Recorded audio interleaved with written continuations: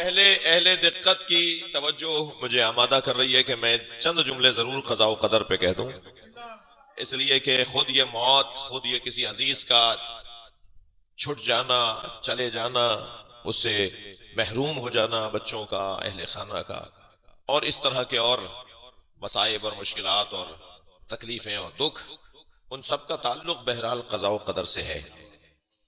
क़ज़ा और क़दर ये मेरे बच्चों और जवानों ने बारहा सुना है, और खासतौर पर इमाम रिजा को सलाम करते हुए तो सभी इसे दोहराते हैं।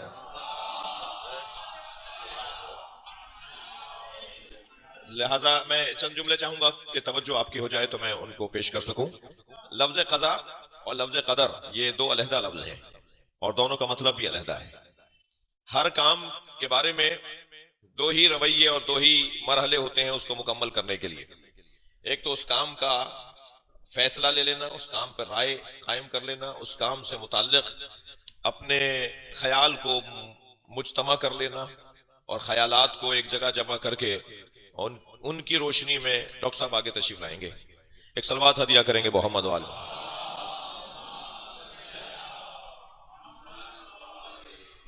उनकी रोशनी में एक फैसला ले लेना, एक हतमी राय का कायम कर देना, उसे कहेंगे क़ज़ा। और उस राय पर, अबरार भाई, उस राय पर अमल कैसे होगा इसे कहते हैं क़दर। बहुत सारे लोग बड़ी अच्छी अच्छी बातें करते हैं भाई, आप जरा बातें तो सुने, सलवात पढ़े मोहम्मद वाले। ऐसी आसमानी बातें हो रही होती हैं, ऐसी मजबूत गुफ्तगू हो रही होती है, ऐसी मुदल्लल बातें हो रही होती हैं, और सारी दानिश और सारा फहम और फरासत अपनी गुफ्तगू में वो खुलासा करके पेश कर देते हैं। और सारा इजलास और सारा फोरम ये तय कर बैठता है कि इनसे ज्यादा तो काबिल ही कोई नहीं है। वो जो बेहतरीन राय का इजहार कर रहे होते हैं उनमें एक बड़ी तादाद है जो इस बात से गाफिल है कि इस बेहतरीन राय पर अमल कैसे होगा। बड़े बड़े सियासी फोरमों पर, बड़ी बड़ी मजहबी जमातों में इस बंदगली का शिकार होते हैं वो जिम्मेदारान। सलवात पढ़े मोहम्मद वाले। राय बहुत अच्छी है, बातें बहुत अच्छी हैं, मगर भाई ये अमल कैसे होगा इन पे?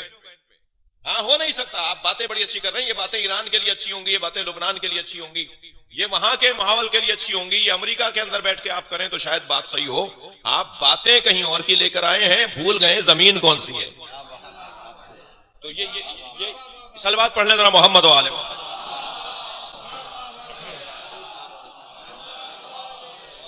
वो जो एक बेहतरीन राय है, वो जो एक बेहतरीन गुफ्तगू है, उस पर अमल कैसे मुमकिन है?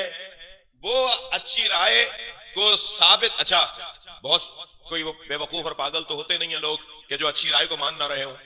अच्छी राय को ना मानने का सबब भी तो कभी तलाश किया जाए। अच्छी राय को इसलिए भी नहीं माना जाता कि राय अच्छी है मगर इस पर अमल करना नामुमकिन है, इसलिए बात नहीं मानी जाती होती है। अंदर से आवाज आ रही होती है कि ये बातें आसमानी कर रहे हैं, ये बातें जमीनी हकाइक पर मुश्तमिल नहीं है। लिहाजा उसकी रोशनी में अगर ये तय कर लिया जाए कि हाँ, तो दोनों बातों को जब मद्देनजर रखा जाएगा कि ये बेहतरीन राय किस तौर और किस तरह से काबिल अमल है, तो फिर मरहला शुरू होगा क़ज़ा व क़दर का। मफ़हूम क़ज़ा व क़दर तवज्जो चाहूंगा, आपकी तवज्जो मेरे साथ हैं। क़ज़ा हतमी फैसले को कहते हैं, लिहाजा इस आयत के अंदर भी अल्लाह ने वक़ज़ा रब्बुका, तुम्हारे रब का ये हतमी फैसला है, सबने यही तर्जुमा किया है। हम मौत को भी क़ज़ा कहते हैं, हम काजी को भी काजी इसलिए कहते हैं क्योंकि उसका फैसला, उसकी रोशनी, उसके नजदीक तो आखिरी फैसला है। वो और बात है कि आप उसके फैसले को आखिरी फैसला न मानकर किसी उससे ज्यादा बड़े फोरम के ऊपर अपनी शिकायत को ले जाएं, किसी ज्यादा बेहतर काजियों के सामने आप अपने फैसले को ले जाएं और अपने मसले को ले जाएं, लेकिन उसकी उसके नजदीक वो आखिरी फैसला होता है, लिहाजा उसे काजी कहा जाता है। आखिरी और हतमी फैसला यानी क़ज़ा, उस पर अमल कैसे होगा यानी क़दर। लिहाजा क़ज़ा हमारे हाथ में नहीं है, तकदीर हमारे हाथ में है। हम अपने मामलात को कैसे चलाएं ये अल्लाह ने हमें इख्तियार दिया है। और लफ्ज को रोशन करने के लिए मिसाल दूं, आंखें यहां लगी हुई हैं, यह है क़ज़ा। दो हाथ दिए हैं, यह है क़ज़ा। दो पैर दिए हैं, यह है क़ज़ा। लेकिन ये आंखें क्या देखें और क्या ना देखें, यह है क़दर। ये पैर कहां चल के जाएं और कहां ना जाएं, यह है क़दर। हम क़ज़ा के एतबार से मजबूर हैं, क़दर में मुख्तार है। सलवात पढ़े मोहम्मद वाले मोहम्मद।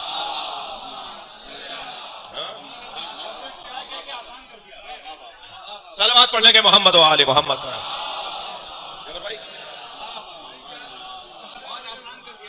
कहां तक हम मजबूर हैं और कहां हम मुख्तार हैं। ये कज़ा और कदर की बहस भी है और जबर और इख्तियार की बहस भी है। आप कज़ा के लफ्ज को, तहजीब भाई, कज़ा के लफ्ज को आप जबर के लफ्ज के साथ जोड़ दीजिए और कदर के लफ्ज को आप इख्तियार के लफ्ज के साथ जोड़ दीजिए। खाना काबा में अली को आना है, यह है कज़ा। फातिमा बिनते असद दरवाजे से जाएंगे, दीवार से यह है कदर। सलवात पढ़े जरा मोहम्मद व आले मोहम्मद। तरीका क्या होगा, उस पर अमल का तरीका कार क्या होगा, यह है कदर की बहस। लिहाजा हम अपनी तकदीर तब्दील कर सकते हैं, यह कज़ा की बहस ही नहीं है जो बहस दायरे अकीदे तौहीद में दाखिल हो जाए।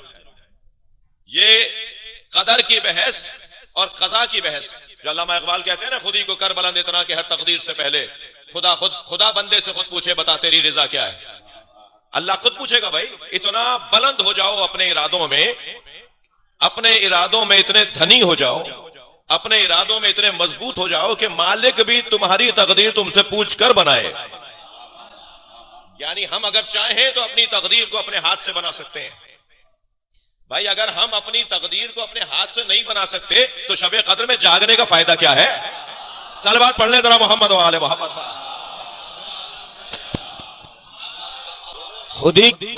खुदी की खिलवतों में किब्रियाई, खुदी की खिलवतों में किब्रियाई, खुदी की जलवतों में मुस्तफाई। जमीनों आसमानों कुर्सियों अर्श, जमीनों आसमानों कुर्सियों अर्श, खुदी की जद में है सारी खुदाई। बराए खुशनू दिए मोहम्मद व आले मोहम्मद, बुलंदतर सलावत। हम कितने मुख्तार हैं और कितने मजबूर हैं, इसकी एक तमसील के जरिए से मेरे मौला इमाम जाफर सादिक अलैहिस्सलाम ने हमारी रहनुमाई फरमाई। एक शख्स ने आकर कहा, मौला हम मुख्तार हैं या मजबूर। हजरत ने फरमाया, ना मुख्तार महज ना मजबूर ताम। ना हम मुख्तार महज हैं ना मजबूर मुतलक हैं। कहा मौला कैसे समझूंगा इस बात को। हजरत ने फरमाया, अपना एक पैर उठाओ। एक पैर पे खड़ा हो गया। हजरत ने फरमाया, अब दूसरा उठाओ। कहने लगा नहीं उठ रहा, कहने लगा नहीं उठ रहा। हजरत ने फरमाया, इतने ही मुख्तार हो इतने ही मजबूर हो। हम कहां कहां मुख्तार हैं और कहां कहां मजबूर हैं। ये भाई फला माँ बाप के घर में पैदा हुए, इसमें मुख्तार कहां रहे हम। फला दादा के पोते हैं, इसमें हम मुख्तार नहीं है। लेकिन उस खानदान की लाज रखने में मुख्तार है, उस खानदान की आबरू बचाने में मुख्तार है, उस खानदान का नाम रोशन करने में मुख्तार है। लिहाजा यह अल्लाह का हतमी फैसला। अब उस हतमी फैसले के ऊपर अमल कैसे होगा और उसका तरीक़ाकार ईसा करीमा के अंदर परवरदिगार आलम ने हमारी रहनुमाई की है। मौत की मजलिस है चेहलू में, औलाद और सारे अक़रबा तशरीफ फरमा है, बरादरी के लोग, रिश्तेदार, दोस्त, अहबाब मौजूद हैं। आयत का तर्जुमा एक मरतबा समाअत फरमाएं। वक़दा रब्बुका अल्ला ताबुदू इल्ला इय्याह, तुम्हारे रब का, भाई मैं तो जब तक खुद लुत्फ नहीं लूंगा लुत्फ मुंतकिल नहीं होगा। वक़दा रब्बुका, तुम्हारे रब का हतमी फैसला है। वक़दल्लाहु नहीं है, वक़दा जब्बार नहीं है। अल्लाह ने रुबूबियत की सिफत के साथ याद किया है। याद रहे फैसला करने वाला वो है, मगर फैसला करने वाला जब्बार नहीं, रब है। रब है यानी रऊफ है, रब है यानी मेहरबान है, रब है यानी तुमसे प्यार करता है, रब है यानी तुम्हारा ख्याल करता है, रब है यानी तुम्हारे खिलाफ फैसला नहीं कर रहा, रब है तुम्हारी मसलहत को मद्देनजर रखेगा। वो तुम्हारा रब है। तो उसने जब अपने लिए कलमदानी ये रखा है कि तुम्हें परवान चढ़ाना है, तो परवान चढ़ाने वाला जमीन पर नहीं गिराता, परवान चढ़ाने वाला जलील नहीं करता, इज्जतें देता है, एहतराम देता है, प्यार देता है, मोहब्बत देता है। उसे सबसे ज्यादा जो सिफत अपनी अच्छी लगती है वो सिफत रुबूबियत है। हर नबी को वो इस लहजे में सुनना चाहता है, रब्बी रब्बना। आप जितनी अंबिया इकराम की दुआएं उठाकर देखें कुरान मजीद में, वो सिफत रुबूबियत के साथ अल्लाह को याद कर रहे हैं। खुद उसे अच्छा लगता है मुझे रब कह के पुकारो, मुझे पालने वाला कह के पुकारो। लिहाजा वहां भी अगर अपनी हाकिमियत आलमीन पर वो बताना चाहता है तो कहता है अल्हम्दुलिल्लाह रब्बिल आलमीन। वो आलमीन को पालने वाला है। तो पालने वाला जो होता है ना, जब उसने तय कर लिया मुझे से पालना है, तो वो परेशान नहीं देखेगा, परेशान नहीं करेगा। लिहाजा प्यार पाया जाता है, इसमें मोहब्बत पाई जाती है। वक़दा रब्बुका, तुम्हारे रब का यह हतमी फैसला है, अल्ला ताबुदु इल्ला इय्याह, उसके अलावा किसी और की इबादत न करना। इबादत नमाज की कैफियत और रोजे की हालत नहीं है, हाँ है। इबादत हज की कैफियत और ज़कात की अदायगी नहीं है, हाँ है। इबादत सिर्फ मुसल्ले पर शुरू नहीं होती, हाँ होती है। इबादत तवज्जो सिर्फ और सिर्फ इमाम बारगाह में जाने के बाद कुर्बतन लिल्लाह की नियत नहीं है। इबादत हर वो अमल जिसमें अपने मालिक को राजी करने का जज्बा पाया जाए, उसे इबादत कहा जाता है। लिहाजा अगर मुसल्ले पर इबादत होती है तो बाजार में भी इबादत होती है। अगर इमाम बारगाह में इबादत है तो हमारे ऑफिस में भी इबादत हो रही है, जब हम कुर्सी पे बैठकर अपना इदारा चला रहे हैं। हम चाहें तो हर जगह को इबादत की जगह बना दें। इबादत अपने रब की बंदगी को कहा जाता है, मक्सद। लिहाजा इबादत की दो किस्में कर दी अहले दिल ने, ये अहले दिल का ही मौजू है ना। अहले दिल ने इबादत की दो किस्में कर दी। कुछ इबादत है मुतलक, कुछ इबादत है तौकीती, कुछ तौकीफी, कुछ इबादत है तौकीती, कुछ इबादत का वक्त मुअय्यन है, जगह मुअय्यन है। कुछ इबादत वक्फ शुदा है। फजर की ठंडे बिस्तर छोड़ ही दिया था तो 4 रकत नहीं पढ़ सकते, ये वक्फ शुदा इबादत है। 2 रकत है तो 2 रकत है। नमाज जोहर अपनी मर्जी से 6 रकत नहीं कर पाएंगे, ये तौकीफी इबादत है। कुछ इबादत को तौकीफी कर दिया, वक्फ शुदा इबादत, और कुछ इबादत को मुतलक कर लिया। अब वो जो इबादत मुतलक है, मैं आपसे एक सवाल और उसका जवाब, हालत रुकू में अगर जमात हो तो इबादत तो अल्लाह की हो रही है। ये 2000 नमाजियों के होते हुए एक नमाजी ताखीर से आया, उसकी खातिर 2000 लोगों को मौलाना रोके में, और वो आवाजें लगा रहा है या अल्लाह या अल्लाह। सारी जमात रुकू में रुकी रहे, वो अल्लाह की इबादत थी, ये बंदों का ख्याल है। अल्लाह अपनी इबादत पसंद नहीं करता जिसमें बंदों को नजरअंदाज किया जा रहा। सलावत पढ़ेंगे मोहम्मद व आले मोहम्मद। उसकी इबादत के साथ उसकी मखलूक का ख्याल रखना, अगर इस अंदाज से अल्लाह का बंदा चलता रहेगा तो वो हर जगह को इबादत की जगह बना सकता है। वक़दा रब्बुका अल्ला ताबुदु इल्ला इय्याह, तुम्हारे रब का हतमी फैसला है, उसके अलावा किसी और की इबादत न करना। अच्छा, इख्तियार में बंदों की भी दो किस्में, फिक़ही ज़बान में बात करो। एक अब्द मुतलक है जी, और एक अब्द मुअक्कत है। यानी जैसे आप किसी को अगर तनख्वाह पर तय करें कि भाई इतने घंटे तुम्हें काम करना है और ये पैसे तुम्हें दूंगा मैं, तो इतने घंटे तक वो आपकी उमूर को सजाने संवारने का पाबंद है, लेकिन उसके बाद वो आपका पाबंद नहीं है। लेकिन कोई ऐसा भी तो हो सकता है कि जिसका कोई एक लम्हा भी उसका ना हो, मुतलक अपने रब के लिए हो, मुतलक अपने मालिक के लिए हो। वो जो मुतलक अपने मालिक के लिए होगा वो अब्द मुतलक है। लिहाजा जब गुलाम खरीदे जाते थे तो इसी अंदाज से 2 तरह के गुलाम हुआ करते थे। वो जो अब्द मुतलक है उसका अपना एक सांस भी अपना नहीं है, वो मुकम्मल अपने मौला के हवाले। अब वो अल्लाह चाहता क्या है, वो यही चाहता है कि तुम्हारा एक सांस भी मेरे हवाले कर दो। फिर जब तुम सारी अपने लम्हात मेरे हवाले कर दोगे, फिर मैं भी, तुम अगर इतने बड़े दिल के हो, तवज्जो चाहूंगा कि तुम अगर इतने बड़े दिल के हो कि अपना सांस सांस मेरे हवाले कर रहे हो, तो मैं तो तुम्हारा रब और मालिक हूं, फिर मैं सारी खुदाई तुम्हारे हवाले कर दूंगा। तुम जरा मेरे तो होकर दिखाओ, फिर देखो मैं तुम्हारा कैसे होता हूं। सलवात पढ़े मोहम्मद व आले मोहम्मद। लिहाजा उसका हतमी फैसला है कि उसके अलावा किसी और की इबादत नहीं होगी। और इसी हतमी फैसले के साथ एक और हतमी फैसला, यानी 2 हतमी फैसलों को, 2 फैसलों को उसने हतमी फैसलों के नाम से, वक़दा रब्बुका अल्ला ताबुदु इल्ला इय्याह, फिर दोबारा नहीं कहा वक़दा रब्बुका, बल्कि एक ही दफा बोलकर तुम्हारे रब का यह हतमी फैसला है। क्या? पहली बात यह कि उसके अलावा किसी और की इबादत न करना, और दूसरा क्या? वबिल वालिदैन एहसाना, वालिदैन के साथ हुस्न सुलूक रखना। लफ्ज एहसान अरबी का है, ये उर्दू का नहीं है। यहां अरबी में बोला जा रहा है।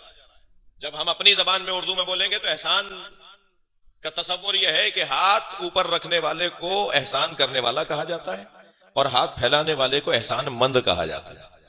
यहां ये अरबी में लफ्ज है।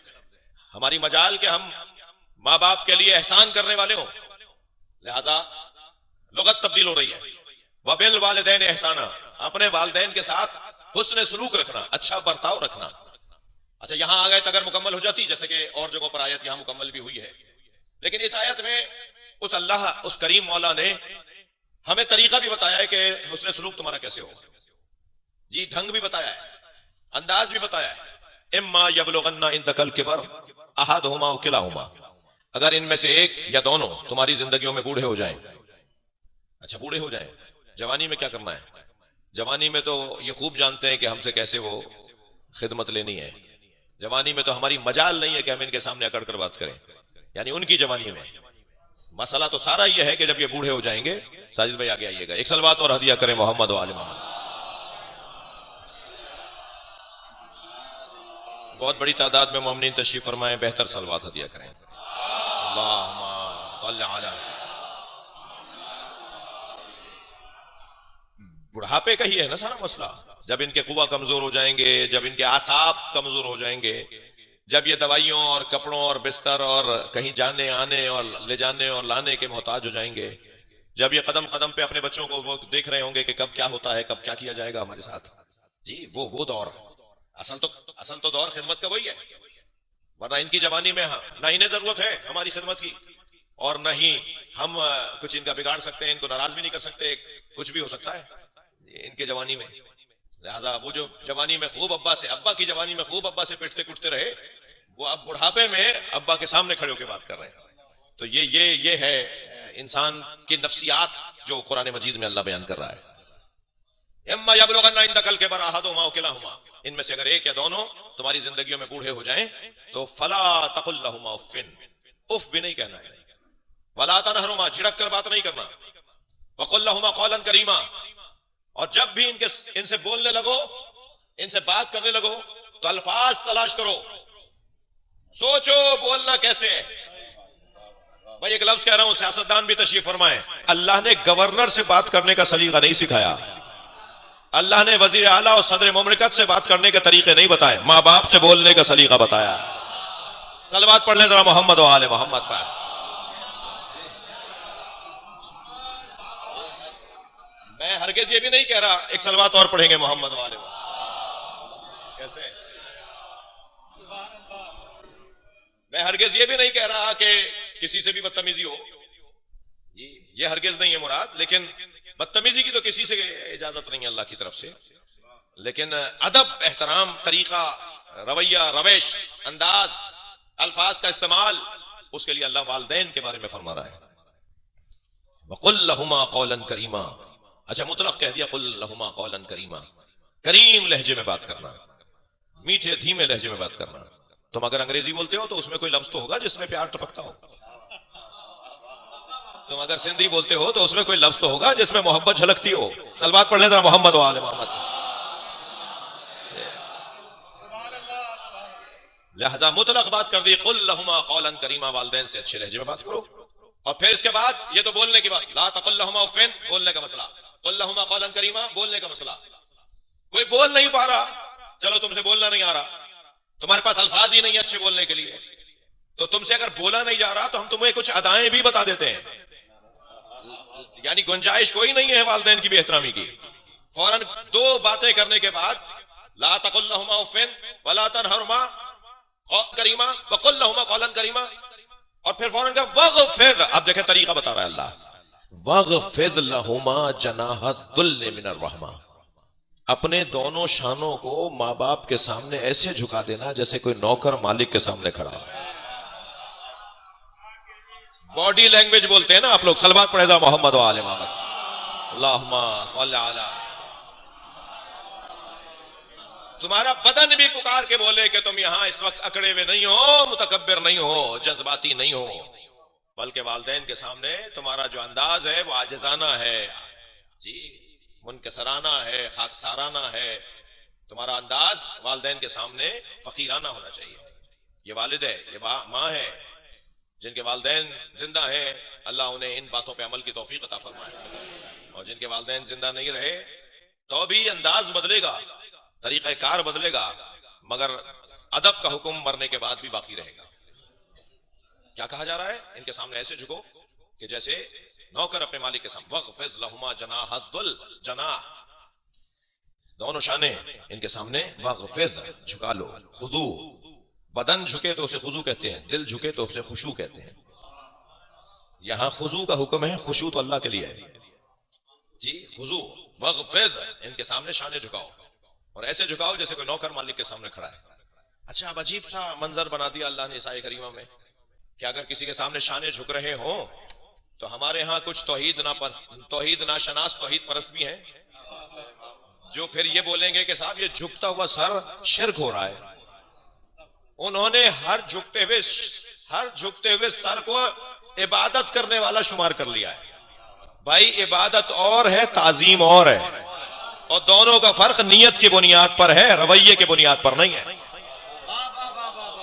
नियत बताएगी कि ये इबादत के लिए झुक रहा है या ताजीम के लिए झुक रहा है। जब हमारे गैर मासूम माँ बाप के लिए अल्लाह हुक्म दे रहा हो कि झुक जाओ, तो जिन्हें अल्लाह ने उम्मत का बाप और माँ बनाया हो और मासूम बनाया, सलवात पढ़े मोहम्मद व आले मोहम्मद, उनके दरवाजे पे कैसे लकड़ियां आ जाएंगी? सलवात पढ़ने जरा मोहम्मद व आले मोहम्मद।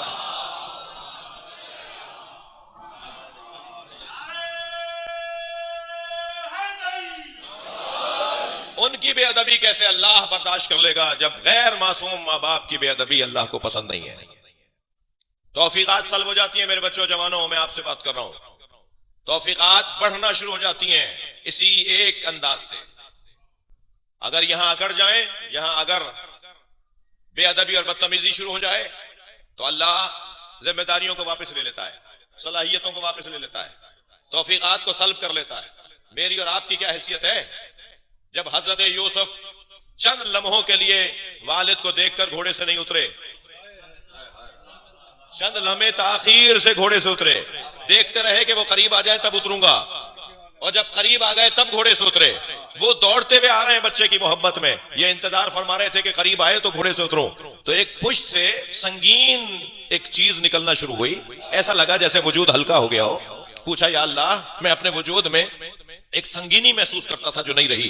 कहा तुम्हारी नस्ल में इरादा था कि नबूवत को करार दिया जाए, अब तुम्हारी नस्ल से नबूवत को हमने ले लिया। जिम्मेदारियां वापस ले लेता है अल्लाह, सलाहियतों को सल्ब कर लेता है इस बदतमीजी पर। सलवात पढ़े जरा मोहम्मद वाले। मेरे और आपके लिए बदतमीजी, मेरे और आपके लिए अगर यही मरहला हो तो बदतमीजी शुमार होगी, वो बेअदबी शुमार होगी। नबी के हम उतर के औला है। सलवात पढ़े जरा मोहम्मद वाले मोहम्मद। हजरत मूसा जैसे नबी जब पहाड़ पे चढ़ रहे हैं वालदा की रहलत के बाद, तो आवाज आई जरा संभल के चढ़ना, अब दुआ देने वाली नहीं है। वो जो तुम्हें गिरने से बचा लेती थी, वो जो तुम्हें चोट लगने से उसकी दुआएं रोक बचा लेती थी, अब वो दुआ देने वाली नहीं है। तो मेरी और आपकी तो हमारी तो कोई हैसियत नहीं। मैं अपनी बात कर रहा हूं। जिन्हें अल्लाह ने बाहैसियत बनाया, जिन्हें अल्लाह ने साहिब हैसियत बनाया, उनके यहां अगर इसका तर्क औला भी हुआ तो अल्लाह ने उनको जिम्मेदारियां उनकी सल्ब कर ली। बच्चा ये तय करके उठ जाए कि आज के बाद अम्मा से ऊंची आवाज में बात नहीं करूंगा, अब्बा से झिड़क कर बात नहीं करूंगा, तो मरहूम मगफूर के नामा अमाल में मुसलसल नेकियां लिखी जाती रहेंगी, इसलिए कि उनकी मजलिस चेहलुम में आया था जो मेरा रवैया बदल गया। यही फलसफा है मजलिसों का, यही मतलब है इसाले सवाब का। सलवात पढ़ ले जरा मोहम्मद वाले।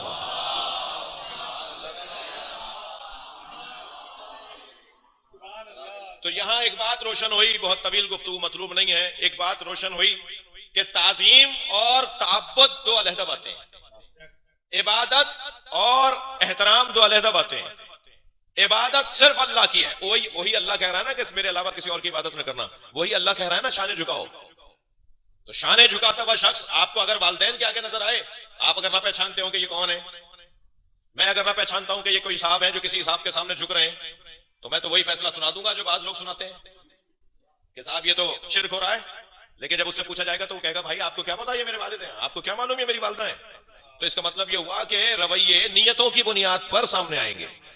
अब अगर नियत ये है कि इबादत करनी है तो शिर्क, इसलिए कि उसने पहले कह दिया ला ताबुदु इल्ला इय्याह, उसके अलावा किसी और की इबादत नहीं। और अगर नियत ये है कि ताजीम कर रहा हूं तो ऐने अब्दियत और ऐने इताअत इलाहिया, अल्लाह ने चाहा है कि ऐसा करो। एक सलवात और हदिया करें नबी की जात पे।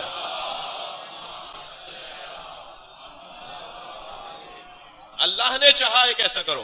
तो बस वालिदैन के आगे झुकना ये कुरान की तालीम के ऐन मुताबिक, और जिन्हें परवरदिगार आलम ने कायनात के लिए सरपरस्त और रुबूबियत का दर्जा दिया हो जी, उनकी ताजीम बदर्ज औला जो बदन पाले उसके आगे तो झुकने का हुक्म हो, जो जहन पाले, जो शऊर को बुलंद करे, जो फिक्र को बुलंद करे, उसकी ताजीम किस दर्जे की होगी। ये माँ बाप का मकाम है, जुमला हदिया कर रहा हूं, ये माँ बाप का मकाम है कि अल्लाह ने बाप और माँ की ताजीम को मलहूज रखते हुए नबी को भी अगर उम्मत के साथ किसी रिश्ते में जोड़ा है तो वो बाप के रिश्ते में जोड़ा है। मौला अली को भी उम्मत के साथ किसी रिश्ते में जोड़ा है तो वो बाप के रिश्ते में जोड़ा है। और जनाबे ज़हरा को भी इस उम्मत के लिए अगर जोड़ा है तो वो बाप की माँ के रिश्ते में जोड़ा है।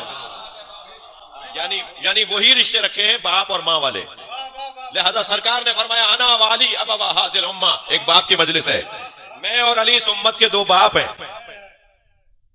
या रसूल अल्लाह, दो बाप के निस्बत तो मानूस नहीं है। चल बात पढ़ ले, जरा अर्ज करता हूं।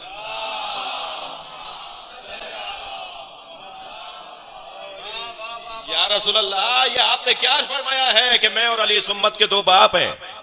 दो बाप की निस्बत मानूस नहीं है। हमारा जहन कैसे तैयार होगा कि दो बाप का क्या मतलब है। सरकार दो जहां ने इस जुमले में फरमा दिया, मुझे और अली को दोस्त समझा क्यों है। जो तुम्हें दो नजर आ रहे हैं वो हकीकत में एक है। एक रुख से देखोगे मोहम्मद नजर आएगा, दूसरे रुख से अली नजर आएगा। अना व अली मिन नूर वाहिद। सलवात पढ़े मोहम्मद व आले मोहम्मद।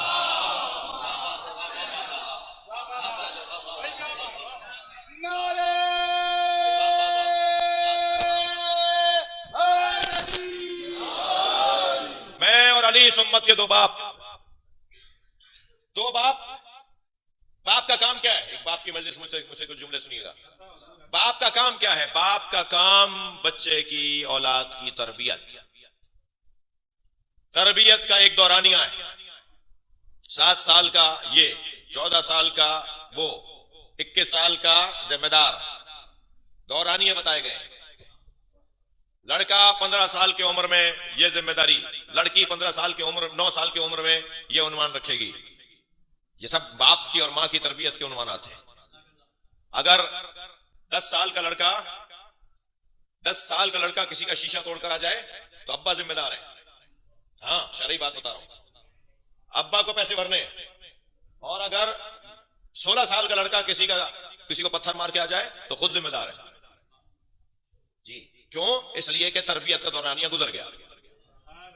तरबियत का दौरानिया अगर गुजर जाए तो उसके बाद औलाद खुद जिम्मेदार है, माँ बाप जिम्मेदार नहीं है। यही एक जुमला कह दूं अहले अदब के लिए, अहले तारीख के लिए, साहिबाने दिक्कत के लिए।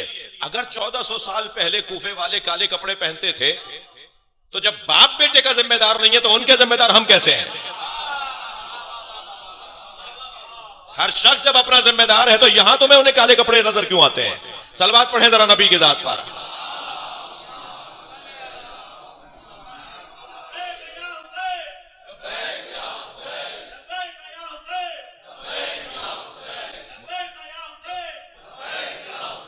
बुलंद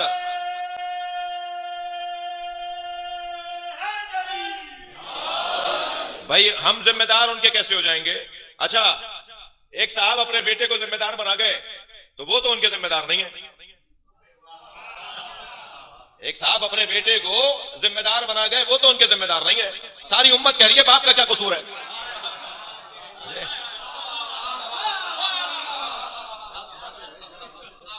मैं अपने मजमून पर हूं। सलवात पढ़े मोहम्मद व आले मोहम्मद।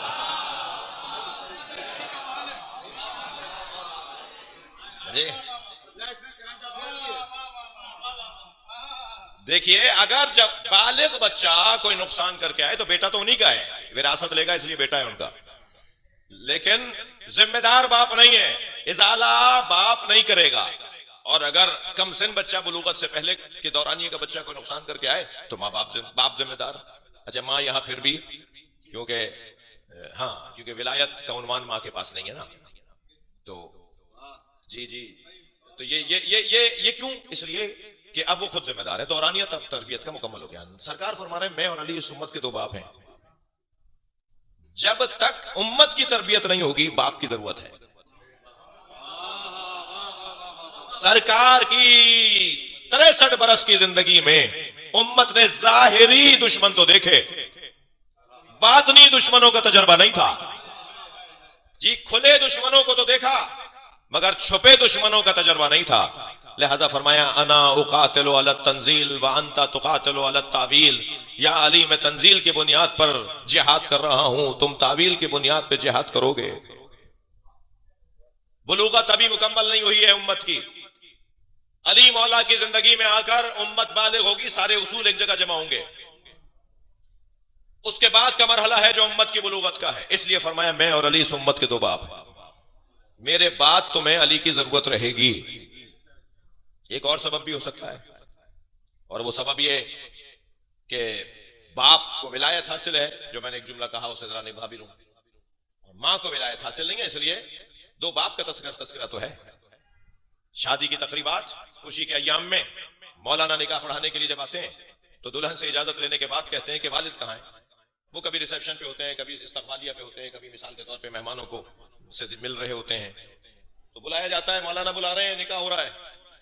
अगर वालिद कहें जी मैं तो राजी नहीं हूं इस निकाह पर, तो मोहतात उलमा निकाह नहीं पढ़ाते कि भाई बाप राजी नहीं है, वली राजी नहीं। और अगर मालूम हो कि नहीं साहब बाप है मगर राजी नहीं है, और राजी नहीं भी है, और उसने एक सलवात पढ़ लें जरा मोहम्मद वाले मोहम्मद,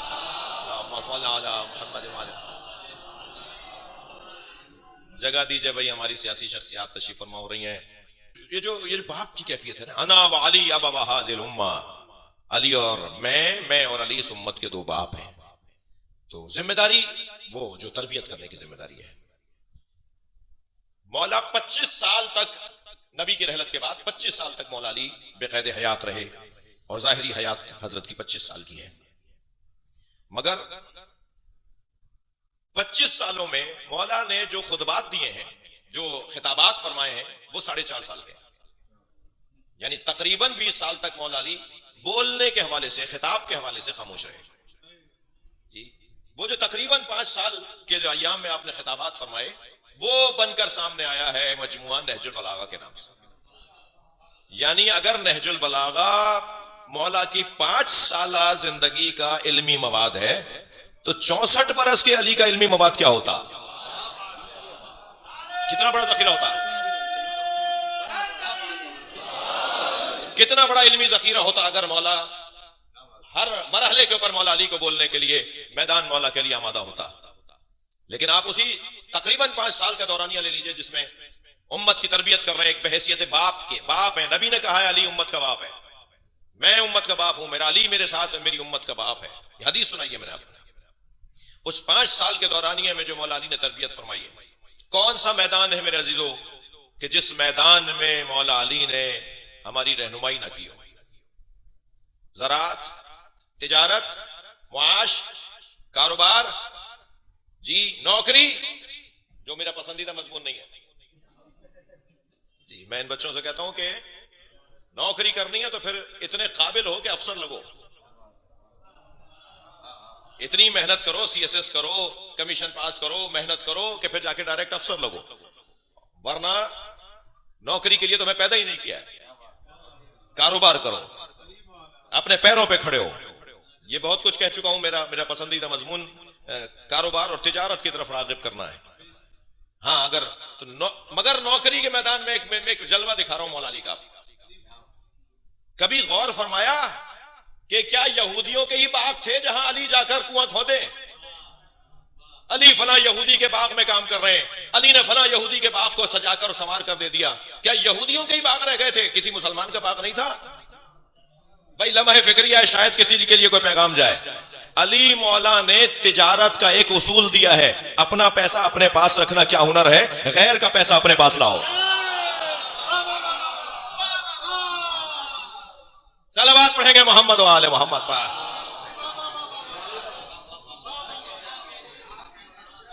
बहुत बड़ा फलसफा है इसके अंदर।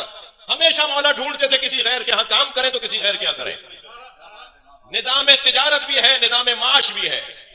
अगर कभी ऐसा करना पड़ जाए तो इस सियासत और हिकमत के साथ करो, वरना खुद मौला अली ने फरमाया ला तजअल अब्दन लिगैरिक। मौला अली का जुमला, मौला अली का फरमान सुना रहा हूं। ऐ इंसान, अपने आप को किसी और का बंदा न बना। ला तजअल अब्दन लिगैरिक, अपने आप को किसी और का बंदा न बना। फकत खलकल्लाहु हुर्रा, अल्लाह ने तुझे आजाद पैदा किया है। जब आजाद पैदा किया गया है तो गुलाम कैसे हो गया? जी अजीजान गिरामी, हम सब पैदाइशी तौर पर नकाइस लेकर आए हैं। तसल्ली दीजिए, थक तो नहीं रहे मेरी बातों से। हम सब पैदाइशी तौर पर, माँ बाप की मजलिस है, हम सब पैदाइशी तौर पर नकाइस लेकर आए। नक्स की बात कर रहा हूं, ऐब की बात नहीं कर रहा। ऐब लेकर नहीं आए। 8 उंगलियां नहीं है हमारी जी, कान हमारा गुद्धी में नहीं है, माफ कीजिएगा जी, 3 पैरों वाले नहीं है, यह ऐब होता। हर मखलूक का उसके हिसाब से ऐब है। ये ऐब अल्लाह ने हमें नहीं दिया, लेकिन नक्स देकर भेजा है। नक्स का ताल्लुक रूह के साथ है और ऐब का ताल्लुक बदन के साथ। हम बदनी तौर पर उयूब लेकर नहीं आए, लेकिन हम रूहानी तौर पर नकाइस लेकर आए। सबसे पहला नक्स, आमादा है? 2-4 ही बिस्मिल्लाह कह रहे हैं क्या?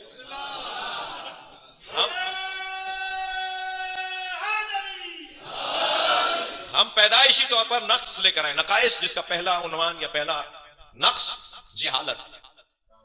कोई डॉक्टर पैदा नहीं हुआ, कोई इंजीनियर पैदा नहीं हुआ, कोई मुफ्ती मुज्तहिद पैदा नहीं हुआ। दुनिया में आए हैं, मेहनत करेंगे, पढ़ेंगे, कहीं मकतब में जाएंगे, कहीं मदरसे में जाएंगे, किसी स्कूल कॉलेज में जाएंगे तो इल्म बढ़ेगा, तो नक्स बरतरफ होगा, जिसे जहालत कहते हैं। उसकी जिद सामने आएगी, जिसे फजल कहते हैं। नक्स की जिद फजल है। नकाइस नक्स की जमा है, फजाइल फजल की जमा है। हम फजाइल लेकर नहीं आए, नकाइस लेकर आए। सबसे पहला नक्स जहालत। दूसरा नक्स, तवज्जो चाहूंगा, तवज्जो, बुज़दिली। पैदाइशी तौर पर बुज़दिल है। जरा ऊंची आवाज में बोल के दिखाइए 6 महीने के बच्चे के सराहने। ये 1 साल के बच्चे को जरा घूर के दिखाइए। डरेगा, रोएगा, आपकी मजम्मत होगी कि बच्चे को डरा दिया। बच्चे को डराया, या बच्चा है ही डरपोक। इन आंखों से कोई बड़ा तो डरता नहीं, ये क्यों डर रहा है? इसका मतलब यह है कि ये पैदाइशी तौर पर बुज़दिल है जी, ये नक्स है। तीसरा नक्स, कंजूस। हम पैदाइशी तौर पे, मुझे माफ कीजिएगा, संभाल के बोल रहा हूं ताकि बुरा ना लगे, हम पैदाइशी तौर पे कंजूस हैं। अपने ही बच्चे को टॉफी देके मांग के दिखाइए, मेरी बात रोशन हो जाएगी कि कितना सखी है ये आपकी दी हुई टॉफी आपको नहीं लौटाएगा। और अगर लौटा दे आपकी दी हुई टॉफी तो फिर आप कहते हैं जीते रहो, कल तुम्हारे लिए थैली लेके आएंगे। और ये मिजाज देने वाले का पुराना है, देकर मांग कर देखता है, देकर मांग कर देखता है। अगर लेने वाला दे देता है तो वो 10 बराबर करके लौटाता है। सलवात पढ़े मोहम्मद व आले मोहम्मद पर। ये कंजूस पैदाइशी तौर पर कंजूसी लेकर आया है, नहीं देगा आपको। तीसरा नक्स, समझो, बेगैरती। खींच कर इसलिए बोला है कि बुरा ना लगे, हम पैदाइशी तौर पर बेगैरत हैं, माफ कीजिएगा, गैरत लेकर नहीं आए। जो चाहे गोद में ले ले। पड़ोसी बच्ची को अच्छा लगता था आपका बच्चा, खाला में ले जाऊं, प्यारा है बहुत, चांद सा टुकड़ा है। अम्मा को 1 घंटे बाद याद आया कि पड़ोस में मेरा बच्चा गया था, तो जब तलाश किया तो 8वें घर से निकला। ये बराबर वाले से बराबर वाली ले गई थी और बराबर वाली से बराबर वाली ले गई थी। यानी जो चाहे गोद में उठा ले, जो चाहे गोद में ले ले, तो ये गैरतमंद कहां है भाई? जुमला कह रहा हूं, सियासतदानों को देखकर ये जुमला मुझे याद आया है।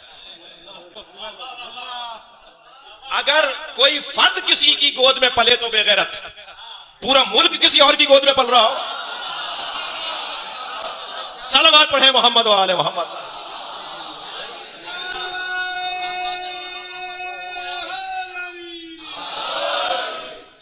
पाकिस्तान को कॉलोनी बनाया जा रहा है। पाकिस्तान खून देकर बना था। पाकिस्तान की सालमियत के लिए सलावत पढ़ेंगे मोहम्मद व आले।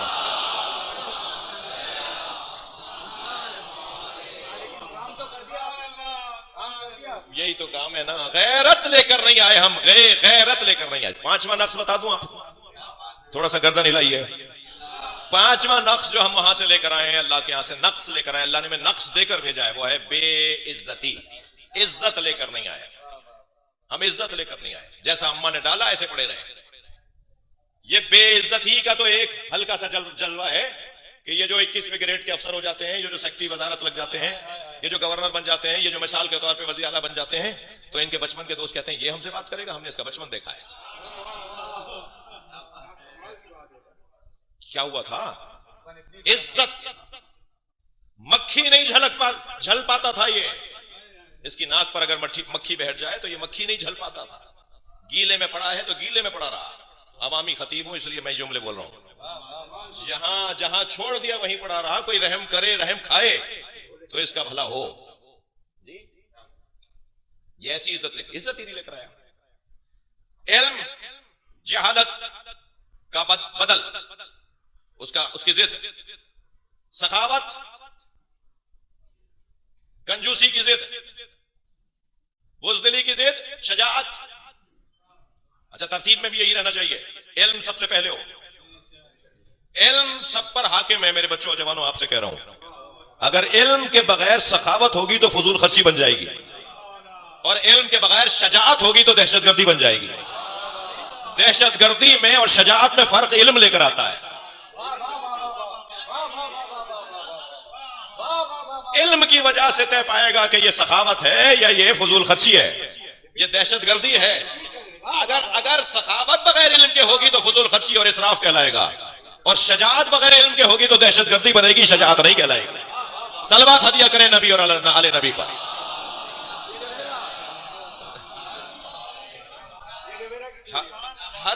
हर एक की अलहदा अलहदा तारीफ है। इल्म की तारीफ है। इल्म कहते किसे हैं जी? शजाअत कहते किसे हैं? सखावत कहते किसे हैं? गैरत किसे कहते हैं? बहुत सारी चीजें मैंने खुद से सोची हुई हैं कि गैरत किसे कहते हैं, जबकि वो जरूरी नहीं है जो मैंने सोचा हुआ है वही गैरत हो। बहुत सारी चीजों को मैंने इज्जत समझा हुआ है, वो जरूरी नहीं है कि वो इज्जत हो। जिन्होंने ये मफाहीम बनाकर दिए ना, वही तारीफ करेंगे, वही तारुफ करवाएंगे कि इज्जत किसे कहा जाता है। थोड़ा सा और मुझे चंद लम्हे दीजिए बोलने के लिए। जी, हम मोहम्मद वाले मोहम्मद बुलंद सलावत।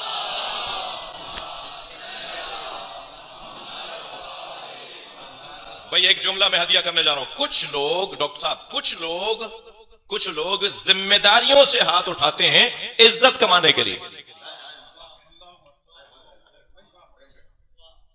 भाई बेइज्जत हो जाऊंगा, वहां जाऊंगा, तुम जिम्मेदारी से हाथ उठा रहे हो। ये देखो, तुम जिम्मेदारी अदा करो, इज्जत देने वाला अल्लाह है।